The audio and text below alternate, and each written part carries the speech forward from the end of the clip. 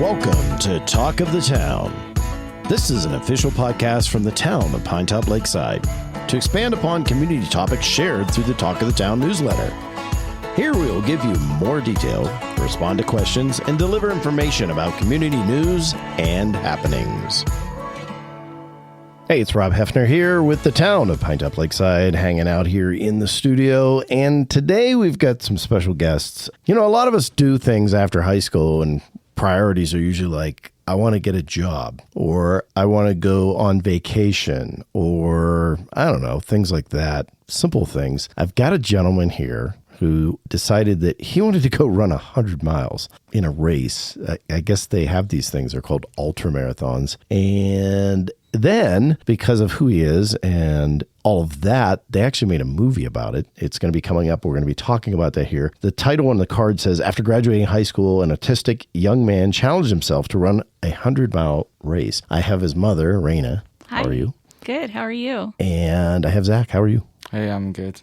So we're sitting here, and I'm just like, he graduated in, or you graduated in 2021, correct? Yeah. Wow. So 21, and you've already raced like 22 races, 3 of them being 100 miles. Why on earth would you want to run 100 miles? Well, I saw other people do it, and I was thinking that maybe I could go do that. Well, it seemed cool. Seemed cool? Yeah. Yeah. Zach spends a lot of time looking at incredible things that people do.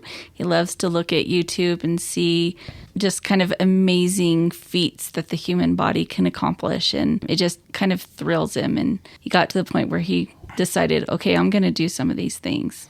Okay. So talk to me a little bit tell me your story of the first time and what it took to go and race the first race. How much training did it take? What did you have to do? I trained for my first 100-mile race. I trained for my first 100-mile race in like 7 months.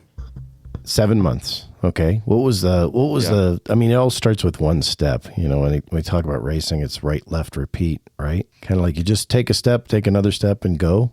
Oh, yeah, and just keep taking steps. Talk to me about the training. What was involved? Is it just running, or is there other training you have to do, like fitness, weight, things like that, or is there food? I did eat a whole lot of running. I mean, I did do a whole lot of running, and I did some different strength stuff. Yeah, the first thing that we needed to do was just learn what it took. Like when he graduated high school and he said, Mom, I want to run a 100-mile race before my next birthday. And I was clueless about how to help him, and we didn't really know the structure of the training. So it took some education. We got some books. We, listened to some different things on YouTube and different things, and we tried to learn what he needed to do. And we decided early on that he needed to do a 50-mile race before we'd sign him up for a 100-mile race. So that was kind of the first step. And then there were a couple other races on the way that we did just to give him some practice training. So he ran the High Mountain Half here. We went and did a marathon. And in that process, we learned that, he's a pretty good runner. We watched him through high school and everything, and he seemed to be a pretty good runner. But that distance stuff really surprised us that he actually has some pretty good talent there. What kind of running did you do in high school? What teams were you on? Well, I was running in solo, and in cross country, we'd run the 5K. Okay, 5K. Yeah. Okay. Did you do anything? So 5K was the longest that you did in high school? Yeah. But you did some longer training runs and things like that. Like on the weekend, you'd go out and... Yeah. I wouldn't really, in cross country, the longest we ran 8 miles. But there was some days where I'd go out and maybe run up to 18. So I noticed that when I've heard people doing trainings that you don't just go out and run 100 miles and run 100 miles and run 100 miles. You run like 8 miles, 10 miles, 20. Is that kind of the regimen you do? Would you do more miles than less miles? How does that work out? What do you run like a day? I might run 5 or 25. Okay. I can get done 20 25-mile runs up and down mountain. Yeah. So one of the things that we learned in the process, these training programs that will get you ready for like a 50-mile run, or a lot of people do them to get ready for a marathon. They'll have cycles. So there'll be like a 3-week building cycle where you think of your weekly mileage and you build it up week after week after week. And then you take a rest week and then you start building up again. So that's kind of the process that we started out early on, is 3 weeks building, rest, 3 weeks building, rest. The training program we first started out with was kind of too easy. He was like worried that he wasn't going to be strong enough. And so we switched to a different one and it was too hard. So that we had a lot of process of learning to just know that we're doing it right and giving him a strong enough foundation. We started kind of looking for people to help us and guide us a little bit more as we went along the process. So did you get a trainer? Did you get someone who was a mentor? Yeah, I did. I got,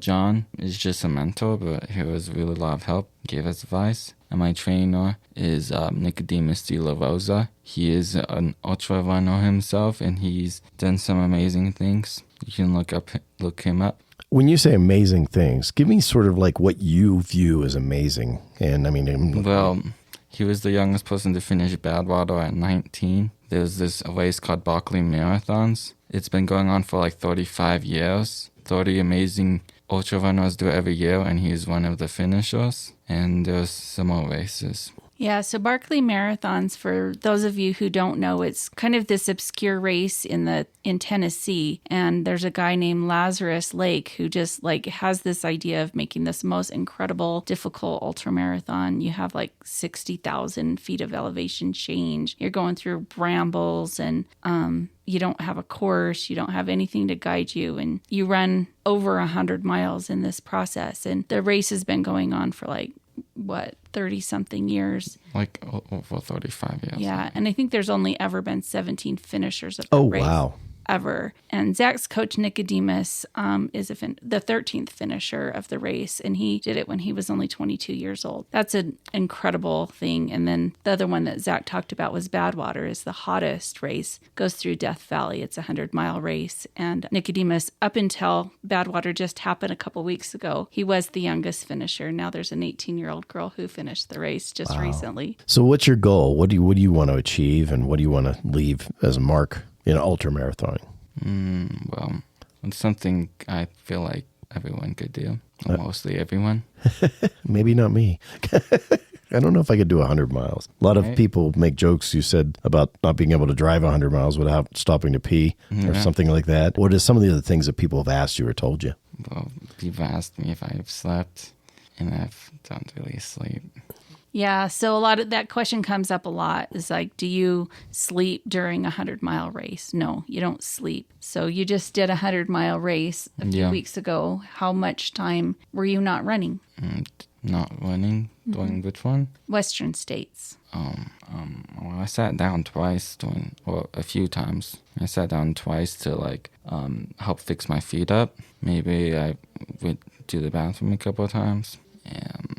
I didn't really stop that much. I just stop at the tables to get some food and stuff. Yeah, so you get the care stations where you get water, energies, things. I know they do that with the, I've seen it with the Ironman or with the regular marathons, but how long is a marathon? It's 24 miles? It's 26.2 miles. 26.2. So you're basically doing you're doing 3+ marathons. 3 or 4. Yeah, almost 4 marathons all in.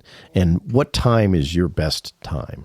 For Javelina, I did it in 23 hours and 17 minutes. That's under a day. So you ran 100 miles in less than a day. Yes. Yeah, that's daunting. That's pretty amazing. So somebody decided they were going to document this, and they decided to make a movie. How did that come about? Well, we had Barbara Bruce that was writing for the White Mountain Independent. She wrote an article about Zach and put it on the front page about him having the desire to go out and do this first 100-mile race that he did. And it came out prior to the race, and I had posted on Facebook, and this film director, his name is Travis Hamilton with Holt Hamilton Films, saw that article. His wife showed it to him, and within an hour of reading that article, he gave me a call and said, hey, I think this would make a really great documentary, and what do you guys think about making this film together? And so that's kind of how that journey started. Awesome. So that movie obviously has been made and is being promoted and is going to be in theaters. Well, actually, it is in theaters already, correct? Yeah, it played over in California while Zack was at Western States a few weeks ago. But we're just so grateful it's coming here to our town. It'll be here at the WME Village 8 over in Lakeside starting August 11th. Okay, August 11th. And I'm going to assume that we're going to have sort of an opening night or week, and you're going to be there, correct? Yeah. Awesome. So people could come out, meet the guy that did it. And how many, so I said 22 races. How many 100-mile races have you done? 3 100-mile races. My most recent was at Western States, and I would say that was like my best 100-mile race. Okay. And what would you say to somebody out there that has a goal and they want to do something? What do they need to do it? To train for it, to figure out what you need to do. Yeah, one of my favorite things that Zack has said before when people ask him this question is just do it. Yep. A lot of times people will be like, have this goal, have this dream, this is a desire to do something, and just always be thinking about it and having it in the back of their mind, but just actually make the steps, actually do it. And I think that's kind of what is incredible about what Zack's doing. He had this idea and then he just went after it. He decided, I'm going to do this, and started making a plan and started going out and running. And, you can do anything. That's what he's talking about when he says, I think anybody can do this. If somebody has a desire to do something, anybody can do it. Awesome. Well, we're going to have you guys come back in right before we have the movie premiered here to talk about when it's going to be playing, all of those kind of details. Is there anything else you want to tell folks out there? We're just excited to have you come out and support the film. It's going to be the whole week, multiple times a day. We'll be out on the 11th and 12th. We'll have some posters that Zack can sign. We can take some pictures with you. We'll have some question and answer time with our community here. So we're excited just to meet everybody. Very cool. Well, thank you, Rana. And thank you, Zack, very much for your time. Thank you. Thank you. Appreciate it. Everybody have fun out there. That's going to be it for this Talk of the Town. I'm Rob Hepner with the town of Pinetop-Lakeside. Remember, you can find more details down below, and we'll see you soon.